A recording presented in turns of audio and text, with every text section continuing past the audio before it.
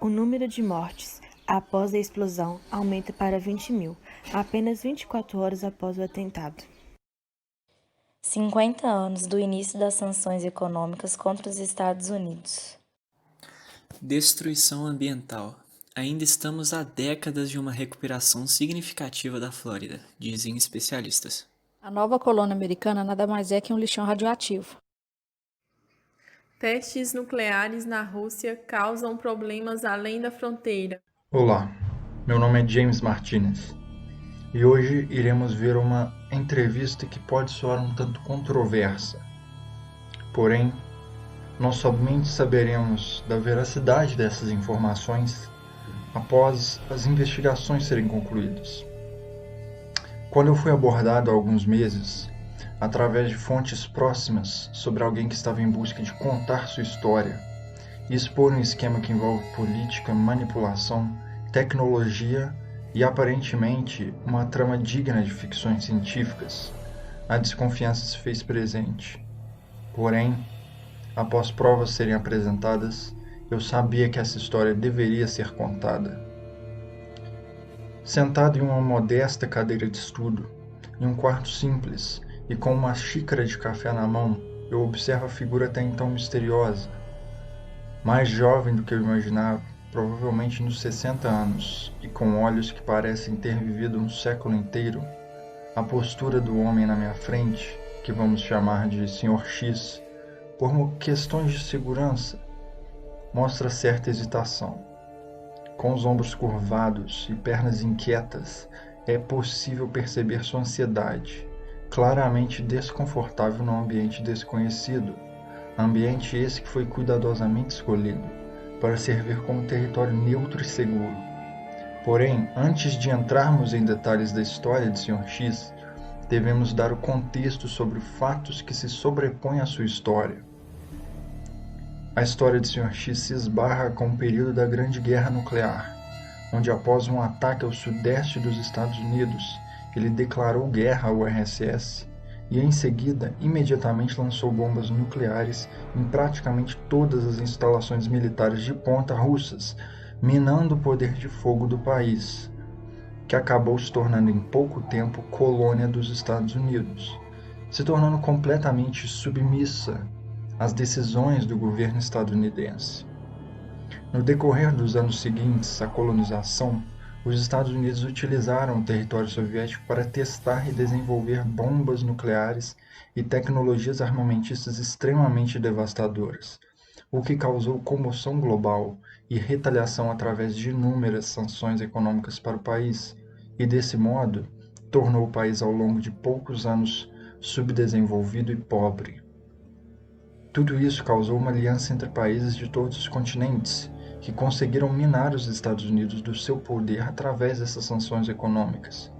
E agora, após mais de 100 anos desse fato, o mundo ainda luta para se recuperar da destruição. Segundo o Sr. X, o principal motivo desses fatos terem ocorrido foi uma viagem no tempo, ocorrida em 2051, no antigo território russo. Há uma década atrás, a possibilidade de algo assim acontecer poderia parecer risível. Entretanto, com os resultados de pesquisas dos últimos tempos em relação a realidades paralelas e viagens no tempo, como o do Centro de Pesquisas de Sydney, essa possibilidade não parece mais tão real. Agora, sentado com o Sr. X, lhe entrevisto em busca de mais detalhes que possam esclarecer sua história. Gostaria de começar perguntando, primeiramente, como foi que você se envolveu nessa história? Eu morava em Moscou. Fui criado por uma família que me ensinou a ter um amor extremo pela minha nação. Eles também sempre estiveram insatisfeitos com o fim da União Soviética no final da Guerra Fria. Por volta de 2051, eu acabei tomando conhecimento do plano e quis participar. Bom, você poderia explicar o que seria a Guerra Fria? O período que vocês conhecem como Grande Guerra Nuclear na minha realidade se chamava Guerra Fria. Até rolavam ameaças de ataques, mas sempre ficou no quase. Os dois países ficaram se ameaçando até que o Muro de Berlim caiu em 1989, como final simbólico para a guerra. A União Soviética regrediu demais até chegar ao fim em 1991. Foi uma perda dolorosa demais para todos. Em 2051, eu e mais 19 pessoas passamos a trabalhar para uma empresa farmacêutica chamada Alcaev. Essa empresa financiava em segredo pesquisas armamentistas e compartilhava as mesmas ideologias do grupo. Nós buscávamos uma forma de trazer de volta a nossa querida União Soviética, e a crise dos mísseis parecia o momento perfeito para o nosso plano. Bom, Sr. X, agora eu gostaria de te perguntar, por que a crise dos mísseis foi essencial? A crise dos mísseis, como você sabe, foi um momento de tensão extrema antes da guerra nuclear começar. Os Estados Unidos tinham feito um bloqueio naval em Cuba com o apoio da OTAN, porque viram um número incomum de embarcações soviéticas circulando na região.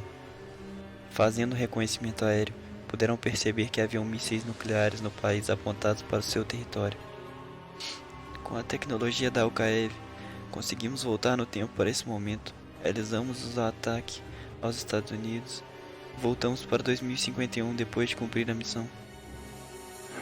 Então, 113 anos depois, finalmente sabemos quem foram os responsáveis por esse ataque. E como essa viagem aconteceu. Então, o grupo era formado por militares socialistas russos, engenheiros nucleares e físicos. Nós éramos chamados de Formovsky Vremeni.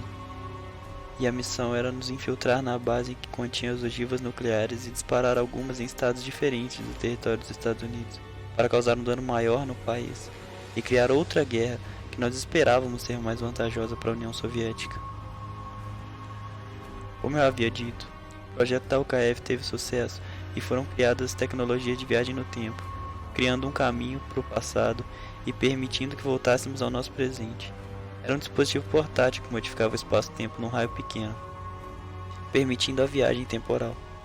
Como era muito caro fabricar a tecnologia, só tinham 2 cargas para cada, e um algoritmo determinaria a distorção que iria realizar no espaço-tempo, e assim mudaria a data da viagem. É criado também um elo com o momento atual, sendo esse o motivo de podermos voltar depois de cumprir a missão.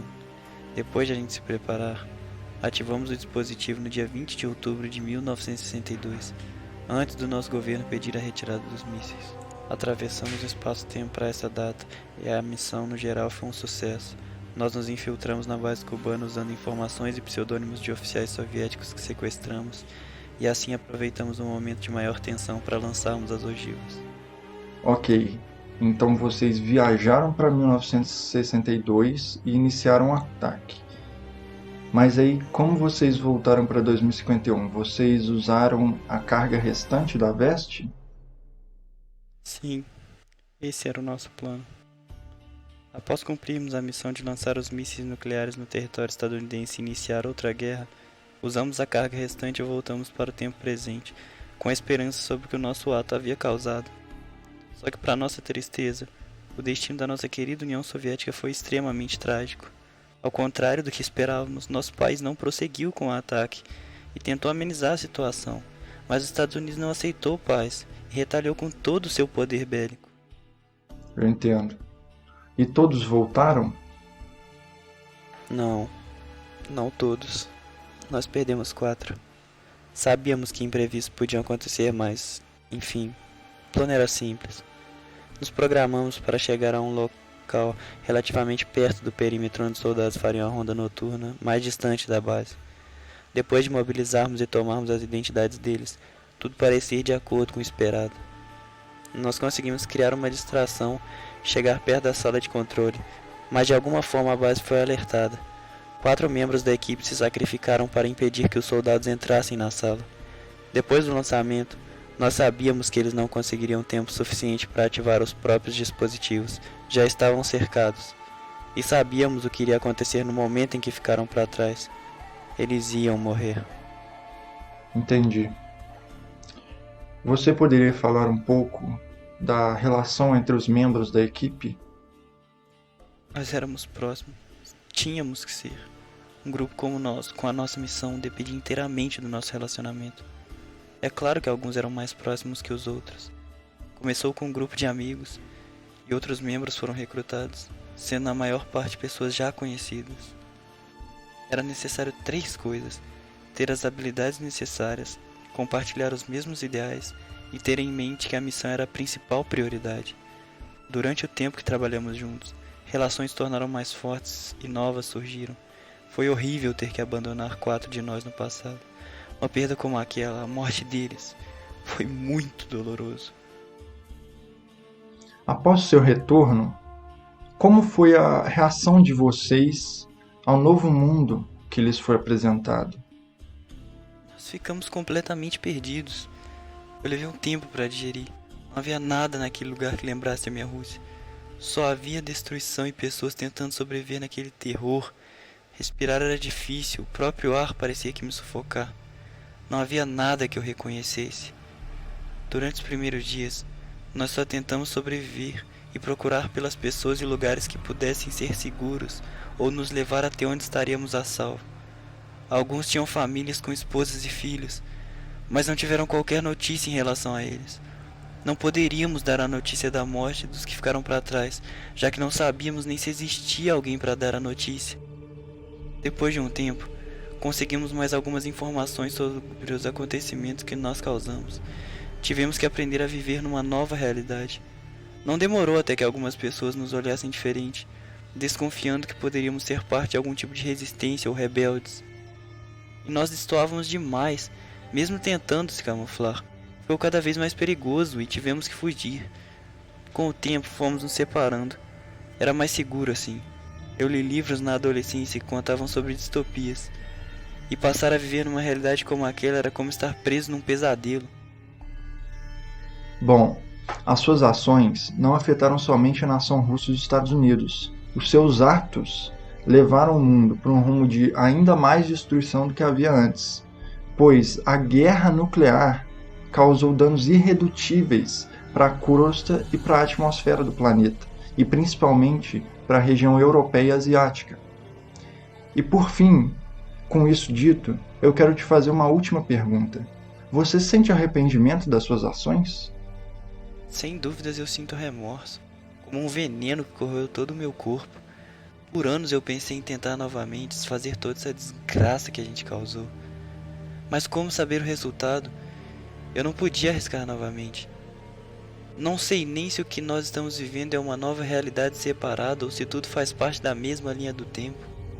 Pode ser que leve décadas para uma pesquisa sobre esse assunto ser concluída e a gente ter uma resposta concreta. Como um fugitivo como eu poderia ter acesso a isso? E se isso acontecer um dia, provavelmente eu vou estar morto. Bom, eu queria agradecer por você ter se submetido a essa entrevista. Eu acho que foi muito esclarecedora. Então, obrigado por ter vindo aqui.